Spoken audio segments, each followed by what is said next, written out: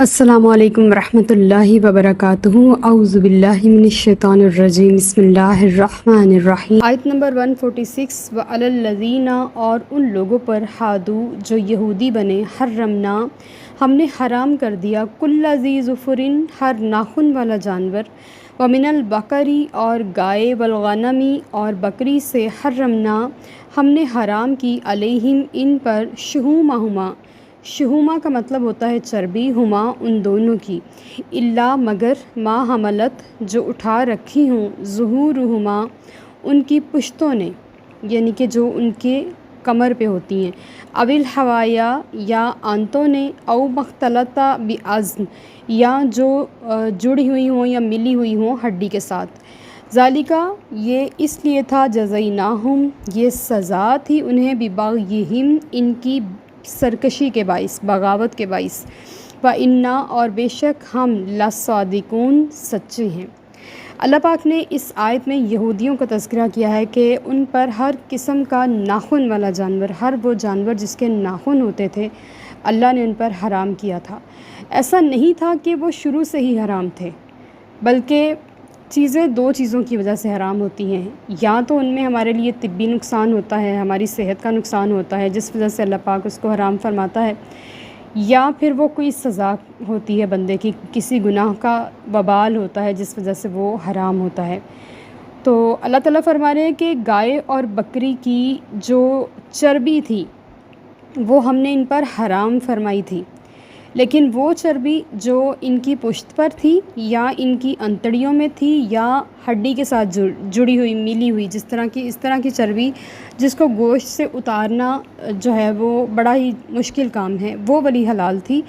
باقی جو گوشت کے علاوہ چربی ہوتی ہے کسی بھی جانور کی، گائے کی یا بکری کی، وہ ان پر حرام تھی۔ یہ یہودیوں کی بات ہو رہی ہے، اور ان پر ہمیشہ سے حرام نہیں تھی، بلکہ جب اللہ پاک نے ان پر کچھ احکامات ایسے نازل فرمائے جن کے اوپر عمل درآمد لازم تھا، تو انہوں نے اس کو ماننے سے انکار کیا،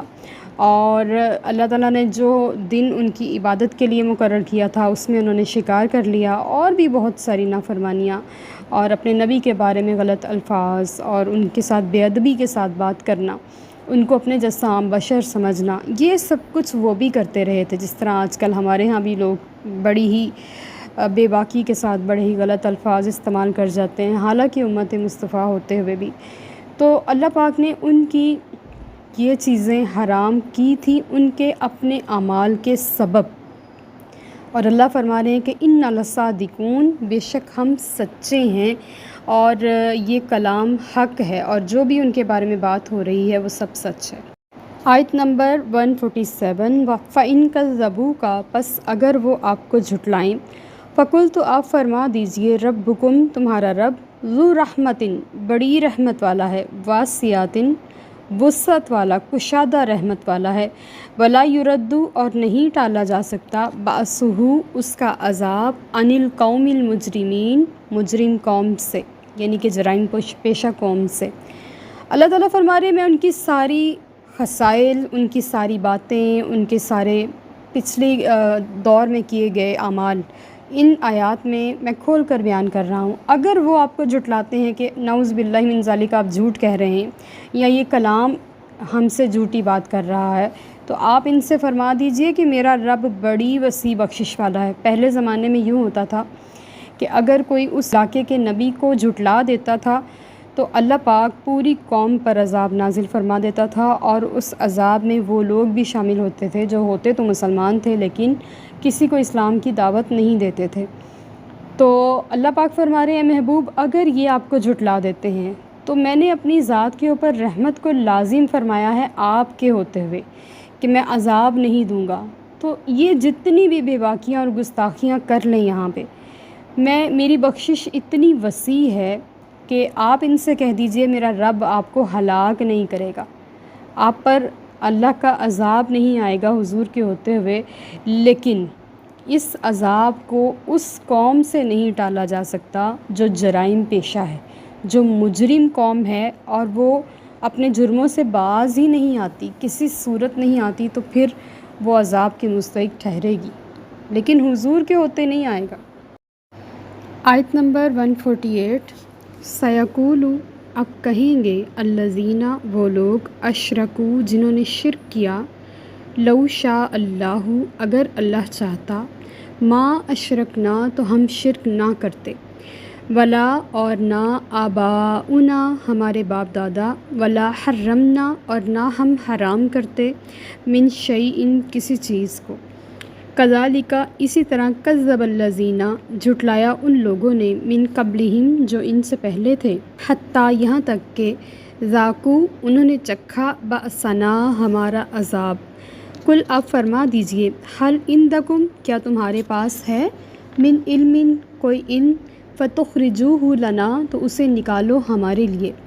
ان تتبعون تم نہیں پیروی کرتے، الا الظن مگر گمان کی یعنی کہ شک کی، وَإِنْ أَنْتُمْ اور تم نہیں ہو الا مگر تخرصون اٹکلیں دوڑاتے۔ اس آیت میں اللہ پاک مشرکوں سے مخاطب ہو رہے ہیں کہ مشرک لوگ جنہوں نے شرک کیا وہ کہتے ہیں کہ اگر اللہ چاہتا تو ہم شرک ہی نہ کرتے۔ آپ دیکھیں ان کی ڈٹائی چیک کریں کہ اللہ پاک نے انسان کو آزاد پیدا فرمایا ہے، اور صرف آزاد ہی پیدا نہیں فرمایا بلکہ اللہ پاک نے انسان کو ہدایت کے لیے رہنما بھی بھیجے ہیں، رسول بھی بھیجے ہیں، فرشتے وحی لے کر بھی آئے ہیں، کتابیں بھی لے کے آئے ہیں رسول، اور صحائف بھی لے کے آئے ہیں، اور ہر علاقے اور ہر قوم میں اور ہر خطے میں ہر وقت ایک نبی ضرور موجود ہوتا تھا یا ہادی موجود ہوتا تھا۔ ان کی ڈٹائی چیک کریں کہ وہ سرے سے اس چیز کا ہی انکار کر دیں گے کہ اگر ہم مشرک ہیں تو اللہ تعالیٰ چاہتا ہی نہ کہ ہم شرک کرتے، یہ عقیدہ بالکل ٹھیک ہے، اور شرک اور بت پرستی جو ہے یہ اللہ کو پسند ہے، اللہ کی رضا کی وجہ سے ہی ہم شرک کر رہے ہیں، نعوذ باللہ من ذالک۔ اور وہ کہتے ہیں کہ نہ ہم شرک کرتے، نہ ہمارے باپ دادا شرک کرتے، اور نہ کسی حلال کو ہم حرام کرتے اور نہ کسی حرام کو حلال کرتے، یہ سب کچھ اللہ کی چاہت کے عین مطابق ہو رہا ہے۔ آپ یہ چیک کریں کہ ان کا کیا عقیدہ ہے اور وہ کس قدر اپنے اخلاقی نقطہ نظر سے، اپنی انسانیت کے پوائنٹ سے کتنا نیچے آ چکے ہیں۔ اللہ تعالیٰ فرما رہے کذالک کذب الذین من قبلہم، ایسے ہی لوگ تھے جس طرح کے یہ ہیں، اس طرح کے ہی لوگ تھے جنہوں نے پہلے مجھے جھٹلایا، معجزے کو جھٹلا دیتے تھے جو انہوں نے خود مانگا ہوا ہوتا تھا، تو اللہ کی طرف سے آسمان سے عذاب اترتا تھا اور اس قوم کی جڑ کاٹ دی جاتی تھی، اور پھر وہاں کئی صدیوں تک، کئی سالوں بعد کوئی نئی قوم پیدا ہوتی تھی، اور پھر وہ انہی بت پرستیوں اور انہی سازشوں اور انہی شرک میں مبتلا ہو جاتی تھی، اور یہ سلسلہ اسی طرح نبی کریم صلی اللہ علیہ وسلم کے دور مبارک تک جاری رہا۔ اور بت پرستی آج کون سا ختم ہو گئی ہے؟ آج بھی ہے، لیکن اس کی یہ صورت نہیں ہے جو پہلے اس کا ایک باقاعدہ سسٹم ہوتا تھا نا، اس انداز سے نہیں ہے۔ اب یہ روحانی طور پر ہے، ہمارے دل کے اندر بت ہیں، خواہشات کے بت، دنیا داری کے بت، اور ساز و سامان اکٹھا کرنے کے بت، لیوشز کے بت، اور خواہشات اور ضروریات کو اکٹھا کر کے ایک جگہ پہ جمع کر کے، اور ہر چیز کو بہت ہی زیادہ خوبصورت سجا سنوار کے پیش کر کے، ان ساروں کے بت ہمارے اندر ہیں، لیکن الحمدللہ الکریم بت پرستی نہیں ہے، کسی کو ہم اللہ کے برابر نہیں سمجھتے، تو یہ کم ضرور ہو چکی ہے اس دور کی بنسبت، لیکن ابھی بھی باقی ہے۔ تو اللہ تعالیٰ فرما رہے ہیں کہ ایسا کوئی علم ان کے پاس ہے ہی نہیں، ان کے پاس کوئی دلائل ہے ہی نہیں، کوئی ثبوت ان کے باوا اجداد کا یا ان کی پچھلی قوموں کے پاس اس طرح کا کوئی علم نہیں ہے کہ جس سے ثابت ہو جائے کہ اللہ کو شرک اور بت پرستی سے کوئی بھی سروکار تھا۔ یہ صرف ان کے باطل گمان ہے اور ان کی اپنی ذہن کی اختراع ہے۔ آیت نمبر 149، کل آپ فرما دیجئے فللہ بس اللہ ہی کے لیے ہے، الحجۃ البالغہ کامل دلیل، فلو شاء بس اگر وہ چاہتا، لہداکم تو ہدایت دے دیتا، اجمعین تم سب کو۔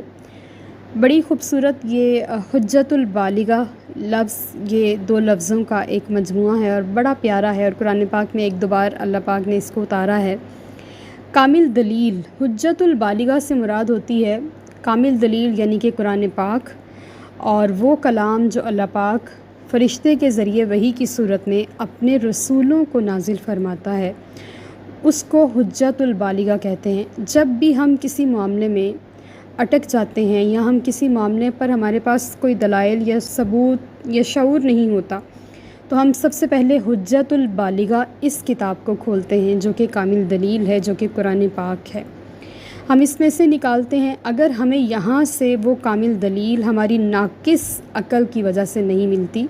تو احادیث مبارکہ کے بڑے ذخیروں میں سے کچھ نہ کچھ مل جاتا ہے، جس سے وہ واجب العمل ہو جاتی ہے وہ بات کہ یہاں سے ہمیں اس مسئلے کا حل مل گیا۔ تو اللہ کا کلام اور اللہ ہی کے لیے کامل دلیل ہے۔ اللہ نے تو دلیل لا کے آدم علیہ السلام سے دکھا دینی تھی اگر وہ اللہ سے کوئی دلیل مانگتے تو، لیکن جب اللہ نے ان سے دلیل مانگی تو ان کے پاس کوئی دلیل نہیں تھی، لیکن اللہ کے پاس دلیل کامل ہے، یعنی کہ قرآن۔ اور اگر اللہ سب کو ہدایت پہ جمع فرما دیتا تو وہ لوگ یہاں تک کہہ اٹھتے کہ ہمیں تو اپنا اختیار ہی نہ دیا گیا اور ہم سے زبردستی اسلام قبول کروایا گیا اور ہمیں عقل و شعور کو استعمال کرنے کی اجازت ہی نہ ملی۔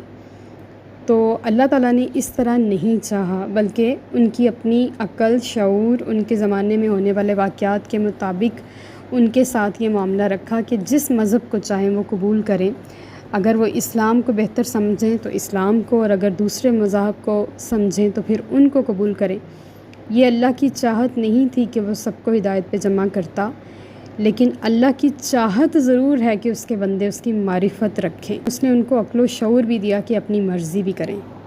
آیت نمبر 150، کل آپ فرما دیجئے ہلما پس لاؤ شہداءکم اپنے گواہ، الذین وہ لوگ، یشہدون جو گواہی دیں، ان اللہ کہ اللہ پاک نے، حرم ھذا اسے حرام کیا ہے، فَإِن شَہِدُوا پس اگر وہ گواہی دے بھی دیں، فَلَا تَشْهَدْ تو آپ گواہی نہ دیں، مَعَهُمْ ان کے ساتھ، وَلَا تَتَّبِعْ اور نہ پیروی کرنا، احواء خواہشات کی، الذین کذبوا ان کی جنہوں نے جھٹلایا بھی آیاتنا ہماری آیتوں کو، والذین اور وہ لوگ، لا یؤمنون جو نہیں ایمان رکھتے، بالآخراتی آخرت پر، وہم بربہم اور وہ اپنے رب کے ساتھ، یعدلون شریک ٹھہراتے ہیں، برابر ٹھہراتے ہیں۔ یعدل عدل سے لفظ نکلا ہے، یعنی کہ اللہ کے جیسا کسی کو سمجھنا۔ اللہ تعالیٰ فرما رہے ہیں کہ آپ گواہی لے آئیں کہ اگر اللہ نے حرام کردہ جو چیز ہیں وہ اللہ نے حرام نہیں کی، یا ان کے نبیوں نے ان کی طرف صحیح دلائل نہیں پہنچائے، اور اگر وہ سب کوئی جھوٹی گواہی جمع کر بھی لیں تو اے نبی آپ گواہی نہ دیجیے، کیونکہ ان کا تو عقیدہ ہی ایک غلط ہے، بلکہ بے سر و پا ہے، بلکہ اس کی کوئی بنیاد ہی نہیں ہے، نہ اس کی کوئی اتھینٹسٹی ہے، نہ اس کی کوئی روٹ ہے، نہ ہی اس کے لیے کوئی نبی اترے ہیں جو عقیدہ وہ لے کر آئے ہیں، نہ ان کے پاس کوئی کتاب ہے، نہ ان کے پاس حتمی علم ہے کہ وہ صحیح عقیدے پر ہیں، بلکہ وہ اپنے پرکھوں کی روایات کو آگے سے آگے لے کر چل رہے ہیں، یا ان کے لیے شیطان نے ان کے لیے اس طرح کے اعمال آراستہ کر دیے ہیں کہ وہ شیطان کے کہنے پر بالکل بے سمجھے بے دھیانے میں اس راستے پر چل رہے ہیں۔ اگر وہ گواہی لے بھی آئیں کہ ان کا دین سچا ہے تو یا رسول اللہ آپ گواہی نہ دیجیے ان کے ساتھ، آپ ان کی خواہشات کی پیروی نہ کیجیے جنہوں نے اللہ کی آیات کو جھٹلایا اور آخرت پر ایمان نہیں رکھتے۔ آخرت پر ایمان نہ ہونا ہر برائی کی جڑ ہے۔ اگر بندے کا اس دن پر یقین نہ ہو جس دن اس نے اپنے رب کے بارگاہ میں اپنے سارے اعمال کو لے کر جانا ہے، تو پھر اس کی زندگی بے فائدہ ہے۔ ادھر کوئی تحریک نہیں ہے، موٹیویشن نہیں ہے، ایکٹیویٹی نہیں ہے کہ اگر بندے نے آگے نہیں جانا، اگر اس کی کوئی منزل نہیں ہے، وہ بے مہار ہی اس دنیا پہ چلتا جا رہا ہے، وہ ایک دھرتی کے اوپر بوجھ کی طرح زندگی گزار رہا ہے اور اس کا کوئی بھی گول نہیں ہے جس کو اس نے پانا ہے، تو آخرت پر ایمان نہ ہونا ہر فتنے کی بنیاد ہے۔ جس کا بھی آخرت پر ایمان ہوگا وہ ہمیشہ اپنے آپ کو کھڑا رکھے گا، وہ ہمیشہ آخرت کے لیے تیاری کرے گا، وہ ہمیشہ ایسے اعمال کرے گا کہ جب اسے یہ احساس ہو، یقین ہو کہ اس کا رب اس کو دیکھے گا تو کیا سوچے گا، اس کے بارے میں کیسا گمان رکھے گا کہ میرا بندہ یہ اعمال لے کر آیا ہے دنیا سے۔ تو آخرت پر ایمان رکھنا بہت ضروری ہے۔ جس طرح آج ہم معاشرے میں دیکھتے ہیں کہ لوگوں کو قیامت بھولی ہوئی ہے، لوگوں کو موت بھولی ہے، مرنا بھولا ہے، اس طرح کے الفاظ ہم روز سنتے ہیں، تو ریزن یہی ہے کہ واقعی میں انسان صرف نظر کیے ہوئے ہے، اور اس بات کو ہم بہت زیادہ آج کل میڈیا پر بھی دیکھ رہے ہیں کہ جو ہوگا دیکھا جائے گا، نعوذ باللہ کچھ دیکھا نہیں جائے گا۔ تھوڑی سی گرمی کی شدت بڑھ جائے تو دیکھی جاتی ہے، تھوڑی سی سردی کی شدت بڑھ جائے وہ بھی نہیں دیکھی جاتی، کچھ بھی نہیں دیکھا جائے گا۔ ہمارے اندر اتنی کیپیسٹی ہی نہیں ہے کہ ہم کچھ دیکھ سکیں۔ تو ان آیات کو اگر ہم دور مصطفیٰ سے ہٹ کر بھی لیں، آج کے دور کے تقاضوں کے مطابق بھی لیں، تو ہمیں کسی کافر کے لیے گواہی دینے والا نہیں بننا۔ اور اگر کوئی کافر ہم پر مسلط ہو جائے، یعنی کہ جس کی پیروی ہم پر لازم ہو جائے، ہمارا حکمران اللہ نہ کرے بن جائے، تو اگر ہم بحالت مجبوری اس کی پیروی کریں گے تو ہم شرک والی سائڈ پہ نہیں جائیں گے، اور نہ ہی ہم اس کے عقیدے کو بہتر سمجھیں گے، نہ ہی ہم اس کے قوانین کو بہتر سمجھیں گے، اسلامی شریعت اور اسلامی قوانین کو چھوڑ کے، اور نہ ہی ہم ان کی کسی بھی خواہشات کی پیروی کریں گے۔ اللہ تعالیٰ نے ہمیں قرآن پاک میں بار بار منع فرمایا ہے کہ آپ نے ان کی خواہشات کی پیروی نہیں کرنی جو ہماری آیتوں کو جھٹلاتے ہیں، جو آخرت پر یقین نہیں رکھتے، جو ایمان نہیں رکھتے، اور جو اپنے رب کے ساتھ شریک ٹھہراتے ہیں، اپنے رب کے جیسا کسی کو بھی سمجھتے ہیں، اپنے رب کے برابر لاتے ہیں۔ آپ نے ان کی خواہشات کی پیروی نہیں کرنی۔